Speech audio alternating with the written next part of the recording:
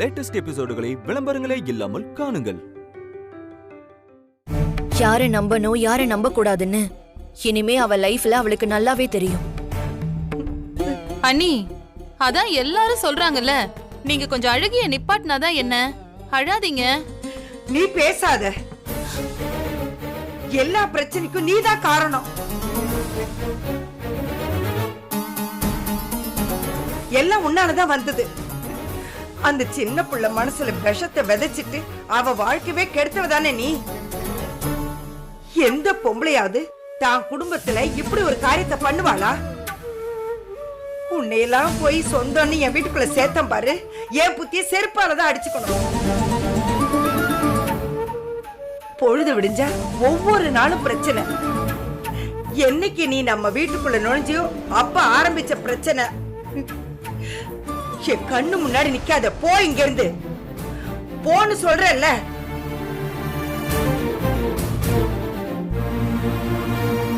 அண்ணி, நான் பண்ணது தப்புதான். அதுக்காக நீங்க என்ன? ஏய், இனிமே நீ ஒரு வார்த்தை பேசுன அப்புறம் நான் மனுஷியாவே இருக்க மாட்டேன். ஒவ்வொரு தடவை இதே மாதிரி மன்னிச்சு மன்னிச்சு விட்டதுனாலதான் நீ இந்த அளவுக்கு வந்து நிக்கிற. அம்மா, இப்ப எதுக்குமா இதெல்லாம்? கொஞ்சம் அமைதியா இருங்கம்மா. நீ சும்மா இரு மித்ரா. இன்னைக்கு இவ தேனுக்கு பண்ணத நாளைக்கு தானியாக்கு பண்ண மாட்டான்னு என்ன நிச்சயம்? இப்படி ஒரு கொடுமைக்காரிய நான் என் வாழ்க்கையிலேயே பார்த்தது கிடையாது. இவளோட சுயநலத்துக்காக என் பேத்தியோட வாழ்க்கையவே இவன் நாசம் பண்ணணும்னு நினைச்சாரு.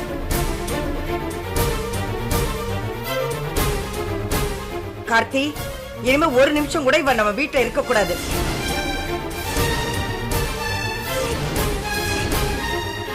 நம்ம வீட்டுக்குள்ளே இவன் நுழைய கூடாது. இவளை இப்படியே போ சொல்லு. அத்தை, நீங்க கிளம்புங்க அத்தை. நீங்க இருந்தா அம்மாக்கு இன்னும் பிரஷர் தான் ஏறும். நீங்க கிளம்புங்க அத்தை. எதுவும் வந்தாலும் அப்புறமா பேசிக்கலாம். மாப்பிள, என்ன மாப்பிள நீங்களுமா? அத்தை, நான் உங்க நல்லதுக்காக தான் சொல்றேன்.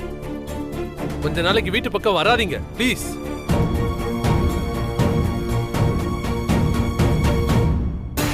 துணைக்கு யாருமே இல்லாம ஒத்த ஆளா இருக்காளேன்னு சொல்லிட்டு இவளை வீட்டுக்குள்ள சேர்த்தா சோறு போட்ட வீட்டுக்கே துரோகம் பண்றா இவ. கார்த்தி, இவளா போறாளா இல்ல கழுத்தை பிடிச்சி வெளியே தள்ளட்டுமா? அத்தை, அம்மா பேசுறது கேட்கலையா உங்களுக்கு? நீங்க போங்க அத்தை. அத்தை, நான் சொல்றதை தயவு செஞ்சு கேளுங்க, அப்புறமா பேசிக்கலாம் அத்தை. போங்க அத்தை, கிளம்புங்க. ஐயோ, என் பேத்தி எப்படி இருக்காளோ? கடவுளே, என் பேத்திக்கு எதுவும் ஆயிடக்கூடாது. என்ன வீட்டை விட்டு வெளியில துரத்தணும்னு பிளான் போட்டுட்டு இப்ப அந்த அம்மாவே வெளியில கிளம்பிட்டாங்க. அதான் பெரியவங்க சொல்லுவாங்க, நாம என்ன நினைக்கிறோமோ அதுதான் நமக்கு நடக்கும்னு. மா, ஃபீல் பண்ணாதீங்கம்மா. டாக்டர், தேனி இப்ப எப்படி இருக்காங்க? நல்லா இருக்காங்கல்ல? ஒன்னும் பிரச்சனை இல்லையே? நீங்க பதட்டப்படுற அளவுக்கு ஒரு ப்ராப்ளமும் இல்ல. நரம்பு கட்டாகி நிறைய பிளட் லாஸ் ஆயிருக்கு, அவ்வளவுதான். ஆனா நீங்க பயப்படுற அளவுக்கு நரம்புல அந்த அளவுக்கு பிரச்சனை இல்ல. ஆனா இன்னும் கொஞ்சம் ஆழமா கட் பண்ணிருந்தா உயிருக்கே ஆபத்தா போயிருக்கும்.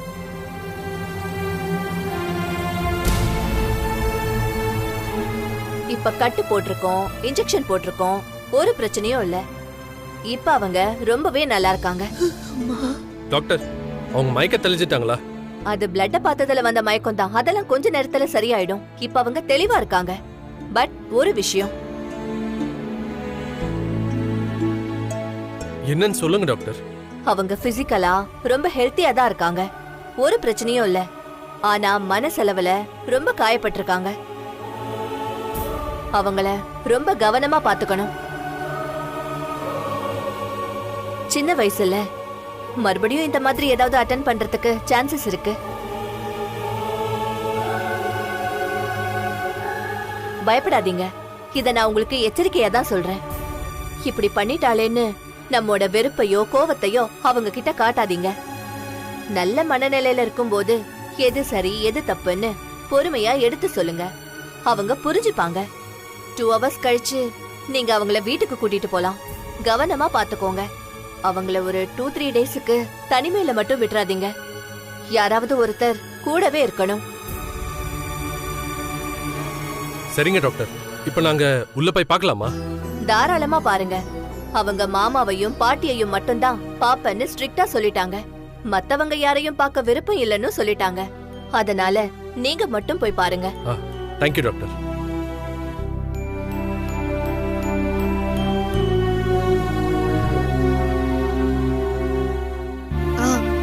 ஐயோ வினய், ஸ்கூலுக்கு டைம் ஆச்சு. பசங்க வேற வெயிட் பண்ணிட்டு இருப்பாங்க. ஆமாம்மா, ஸ்கூல் விட்டுருப்பாங்க. இப்பயே டைம் ஆயிடுச்சு, போய் கூப்பிட்டு வரணும். போயிட்டு வாம்மா. அம்மா பரவாயில்ல, போயிட்டு வா. நீங்க உள்ள போய் தேனை பார்த்துட்டு வீட்டுக்கு கூட்டிட்டு வந்துருங்க. சரிம்மா. நானும் வினய் ஸ்கூலுக்கு போய் பசங்களை கூட்டிக்கிட்டு நேரா வீட்டுக்கு வந்துடுறோம். சரி வாங்க வினய், போலாம். டைம் ஆயிடுச்சு. போலாம். போயிட்டு வாங்க. வரேம்மா. அம்மா வந்துடுறேம்மா. சார் பார்த்துக்கோங்க. வாப்பா, உள்ள போய் பார்க்கலாம்.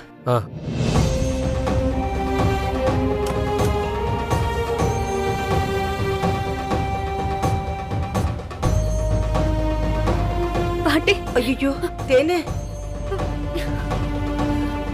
பாட்டி. தேனே. ஏம்மா? ஐயோ, என்ன மன்னிச்சிருங்க பாட்டி. என்ன மன்னிச்சிருங்க மாமா.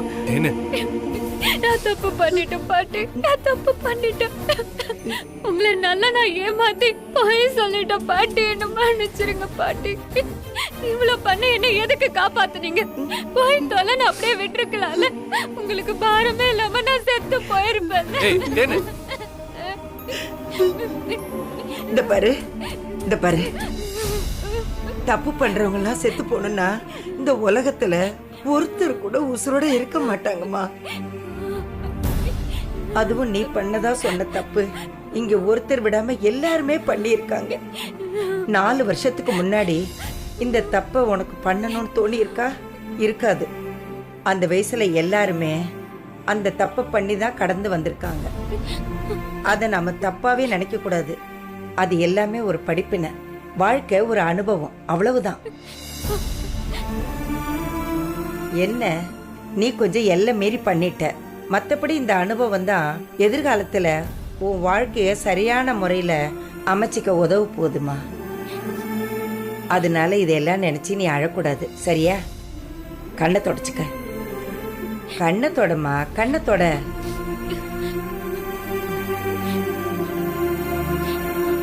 பாட்டி, வினய் ரொம்ப நல்லவர் பாட்டி. அவர் எந்த தப்பும் பண்ணல. நான் தான் எல்லா தப்பும் பண்ண. என்னாலதான் அவர் போலீஸ் ஸ்டேஷன் போற லெவலுக்கு ஆயிடுச்சு. பாவம் பாட்டி. நான் அவரை எவ்வளவு தொல்லை பண்ணியும் அவர் என்ன எந்த இடத்துலயும் தப்பாவே பேசினதில்ல. இதனாலதான் பாட்டி எனக்கு அவரை ரொம்ப பிடிச்சு போச்சு. அவர் மேல நான் பைத்தியம் பிடிச்ச மாதிரி ஆயிட்டேன் பாட்டி. ஒவ்வொரு நாளும் அவர்கிட்ட என் லவ்வ சொல்லி டார்ச்சர் பண்ணாலும் ஒரு முறை கூட அவர் என்ன தப்பான கண்ணோட்டத்துல பார்த்ததே இல்ல பாட்டி.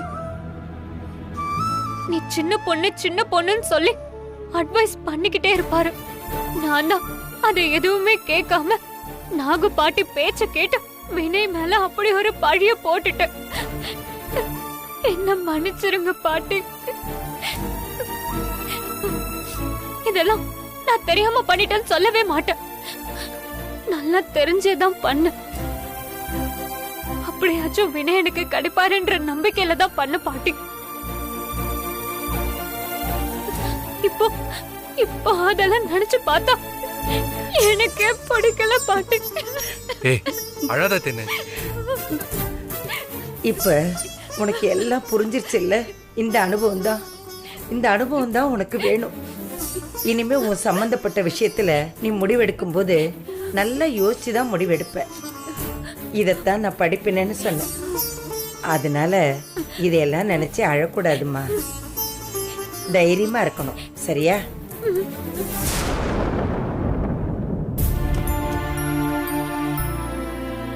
ட்ரிப்ஸ மாத்தணும். ஒரு 5 நிமிஷம் வெளியில வெயிட் பண்றீங்களா? தேனு, நீ எதுக்கும் பயப்படாம தைரியமா இரு.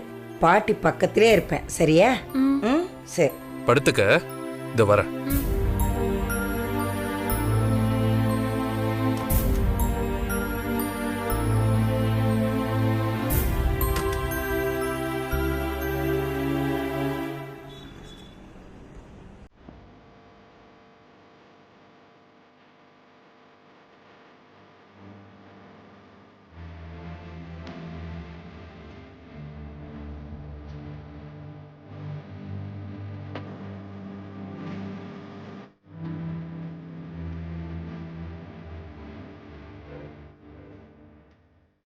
தேங்க்ஸ் மித்ரா.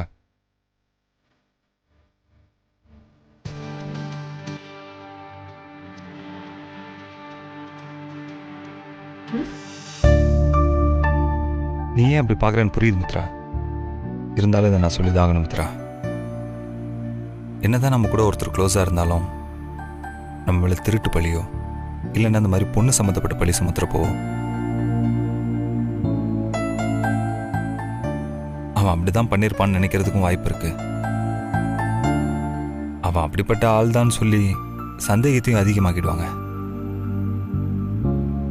ஆனா நீ என் மேல உனக்கு இருந்த கோபம் வருத்தம் எல்லாத்தையுமே ஒதுக்கி வச்சுட்டு நான் அப்படி பண்ணியிருக்க மாட்டேன், நான் அப்படிப்பட்ட ஆள் இல்லைன்னு மனப்பூர்வமா நம்பி எனக்காக களத்தில் இறங்கி என் மேல சுமத்தப்பட்ட களங்கத்தை தொடச்சு பார்த்தியா? அதுக்காக நான் உன்னை காலம் புறம் நினைச்சிட்டே இருக்கணும் மித்ரா. ஆனா ஒண்ணு மித்ரா, என் மேல தேனி எப்போ அப்படி ஒரு பழிய போட்டாலோ நீ அப்போலேருந்தே எனக்காக ஃபீல் பண்ண ஆரம்பிச்சிட்ட.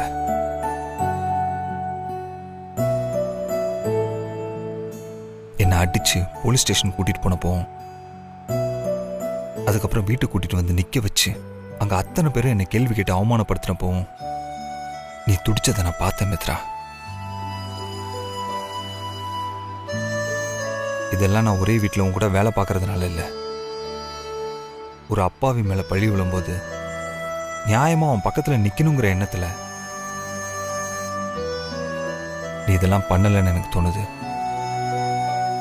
உனக்கு தாலி கட்டின கணவனா காதலனா இன்னும் மனசுல தான் நான் இருந்துட்டு இருக்கேன். அதுக்கு ரொம்ப நன்றி. ஹலோ ஹலோ, என்ன நீங்க போயிட்டே இருக்கீங்க? இப்போ நீங்க சொன்னதுல ஒரு பர்சன்ட் கூட உண்மை இல்ல. அதெல்லாம் உங்களோட ஆசை, உங்க கற்பனை. நீங்க முதல்ல சொன்னீங்களே என் கூட ஒரே வீட்ல வேலை செய்யற ஒரு சக தொழிலாளின்னு, குற்றம் சுமத்தப்பட்ட நிரபராதின்னு. அந்த ஒரு காரணத்துக்காக தான் நான் உங்களுக்கு ஹெல்ப் பண்ணேன். அதை தாண்டி எல்லாம் இங்க ஒண்ணும் இல்ல. நீங்க வீணா கற்பனையை வளர்த்துக்கிட்டு கனவு கண்டுகிட்டு இருக்காதீங்க.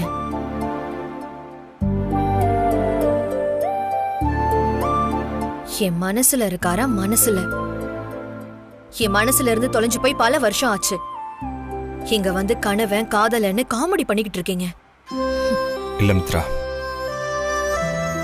எனக்கு தெரியும் நீ இப்ப சொல்றது எல்லாமே வெறும் உதட்டளவுல தான். உன் மனசுல இருந்து நீ எதையுமே பேசல.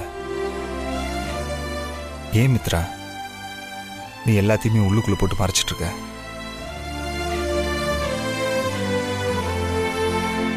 போதும் மித்ரா, இத்தனை நாள் நம்ம பிரிஞ்சிருந்து கஷ்டப்பட்டது எல்லாமே போதும். இனிமேலாவது நம்ம ரெண்டு பேருமே போதும், நிறுத்துங்க. எனக்கு அப்படி ஒரு எண்ணம் துளி அளவு கூட இல்ல. நான் உங்களுக்கு ஹெல்ப் பண்ணது உங்களுக்காக மட்டும் இல்ல, தேனுக்காகவும் தான். தேனு உலகம் அறியாத பொண்ணு. அவ வாழ்க்கை பாழாயிடக்கூடாதுங்கிற எண்ணத்துலதான் நான் இதுல தீவிரமா இருந்தேன். அதுவும் இல்லாம நீங்க ஆல்ரெடி கல்யாணமாகி குழந்தை இருக்கிற ஒருத்தர். உங்க கூட வாழ முடியாம தான் நான் பிரிஞ்சு தனியா வாழ்ந்துட்டு இருக்கேன். இதுல இன்னொரு பொண்ணோட வாழ்க்கையை வீணாக்க கூடாதுல்ல, அந்த எண்ணத்திலையும் தான் நான். அப்போ என் மேல ஒரு சின்ன ஈர்ப்பு கூட இல்லையா மித்ரா? இல்ல, நீங்க சொல்ற மாதிரி உங்க மேல எனக்கு ஈர்ப்போ காதலோ இருந்திருந்தா உங்களை பார்க்காம என்னால 6 வருஷம் இருந்திருக்க முடியுமா? இனிமேலும் நான் உங்க கூட சேரணுங்கிற ஆசை உங்களுக்கு இருந்ததுன்னா முதல்ல அதை தூக்கி போட்டுருங்க.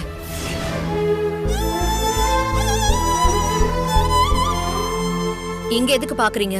ரோட்டை பார்த்து ஓட்டுங்க.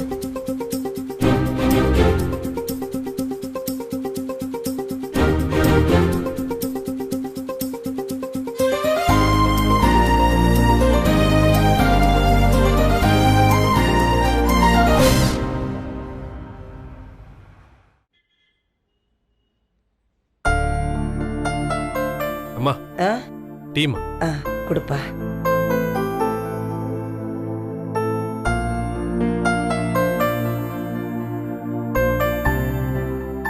ஏன்பா கார்த்தி, நம்ம மித்ரா மாதிரி வினையும் நல்ல பிள்ளைதான்ப்பா. ஆமாம்மா, நான் தான் தேவையில்லாம அவரை தப்பா புரிஞ்சுக்கிட்டு அடிச்சிட்டேன். இதுவே அவர் இடத்துல வேற யாருன்னா இருந்திருந்தாலும் நல்லா வசதியான வீட்டு பொருளை எப்படியாவது வளைச்சி போட்டதுல தான் பார்த்துருப்பாங்க. ஆனா வினய பாருங்க, தேனே அவரை விரும்புறேன்னு சொன்னதுக்கு அப்புறமும் அவர் அதை அக்செப்ட் பண்ணாம எவ்வளோ ஜென்யூனா நடந்துக்கிட்டார்ல. ஆமாப்பா, அவர் மேல சுத்தி இருக்கவங்க எல்லாருமே பழி போட்டோம். வந்த வரைக்கும் லாபம்னு தேனை கட்டிக்கிறேன்னு நிக்காம தான் மேல போட்ட பொய் பழிக்காக இதுதான் உண்மைன்னு கடைசி வரைக்கும் நின்னார் பாத்தியா. இதுதான் ஒரு நல்ல பையன், அவர்கிட்ட இருக்கிற தங்க குணம். ஆமாம்மா. கார்த்தி, எனக்கு ஒன்று தோணுது, சொல்லவா? சொல்லுங்கம்மா. தேனு வினைக்காக தான் கெட்டு போனதா பழைய போட்டுக்கவே துணிஞ்சிட்டா. எப்படியும் தேனுக்கு வெளியே பார்த்து தான் கல்யாணம் பண்ணி வைக்க போறோம். அதுக்கு எதுக்கு வெளியே பார்த்துக்கிட்டு தேன் ஆசைப்பட்ட மாதிரி நம்ம வினையவே கட்டி வச்சிட்டா என்னப்பா? இத மாதிரி ஒரு தங்கமான புள்ள நமக்கு எங்க கிடப்பான் சொல்லு?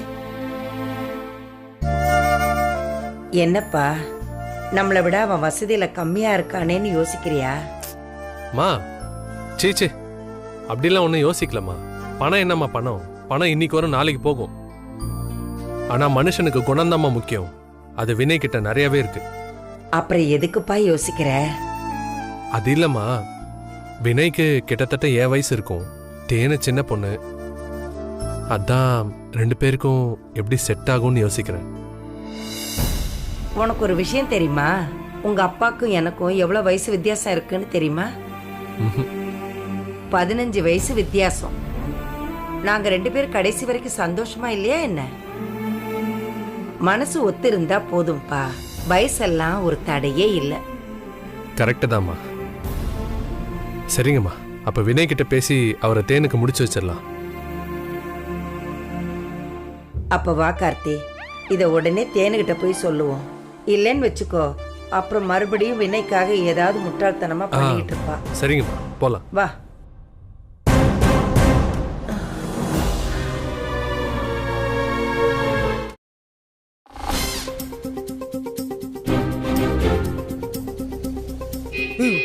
யார் இப்படி காட்டுத்தனமா ஆறு நடிக்கிறது?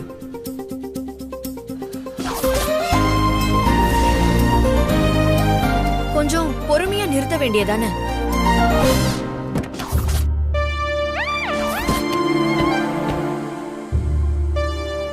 பாய் வினய் அங்கிள்.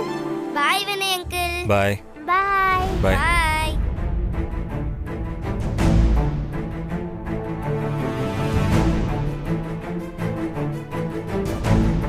வா மாப்ள, உங்கள்கிட்ட கேட்கணும்னு இருந்தேன். இவ்வளோ விஷயம் நடந்திருக்கா மாப்ள? நீ ஃபோன் பண்ணி சொன்னதுக்கு அப்புறம் தான் என் மனசுக்கு நிம்மதியாச்சு. அது வரைக்கும் உனக்கு என்ன ஆச்சோ ஏதாச்சோன்னு மனசுக்கு பகபகான்னு இருந்தது. சரி, எல்லாம் சரியாயிடுச்சுல? எங்கேயா சரியாச்சு? ஏன், என்னாச்சு? சரி, அதை விடு. வரும்போது காரை ஏன் அவ்வளோ வேகமாக ஓட்டிட்டு வந்த? எங்கேயாவது இடிச்சா என்ன வருது? அதான் எல்லா பிரச்சனையும் சால்வ் ஆயிடுச்சுல? நியாயமாக பார்த்து நீ சந்தோஷமா வரணும். என்ன கோவம் அவ்வளோ வேகமாக வந்த? எல்லாம் இந்த மித்ரா தான்யா. மித்ரா மேலையா? ஆமாம் மாம்ச, தேனி மேலே பழி போட்ட நாள்லேருந்து மித்ரா தான் தூங்காமல் கொள்ளாமல் அது எப்படி சரி பண்ணுறதுன்னு ஓடிட்டு இருந்தா. அதுக்காக அவளுக்கு ஒரு தேங்க்ஸ் சொல்லிட்டு அவ மனசில் ஒரு ஓரத்தில் நான் இருக்குன்னு சந்தோஷமாக சொல்கிறேன். அதுக்கு அவள் என்ன சொன்னா தெரியுமா? என்ன சொல்கிற?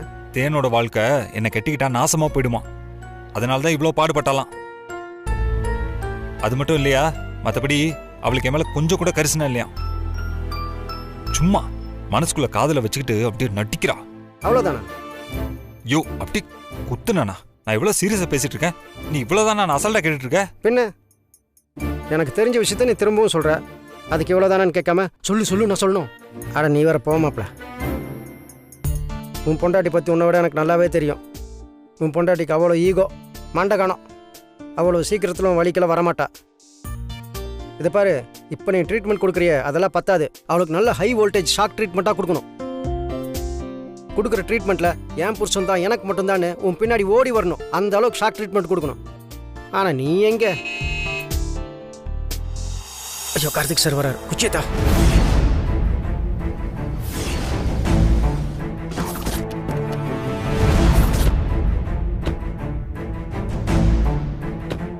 வாம்மா. பாட்டி வினய் கிட்ட சாரி கேட்டு வந்துருவா. சரிம்மா. மாப்பிள என்ன மாப்பிள குட்டி சத்தனை ஒன்று டார்கெட் பண்ணிட்டு வருது.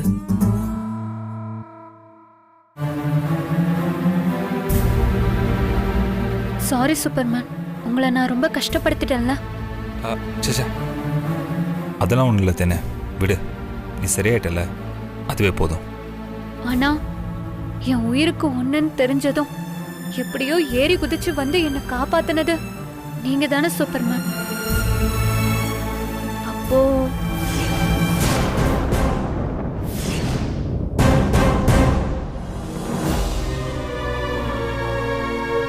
அப்போ உங்க மனசுல எனக்கு ஒரு இடம் இருக்குன்னு தானே அர்த்தம்.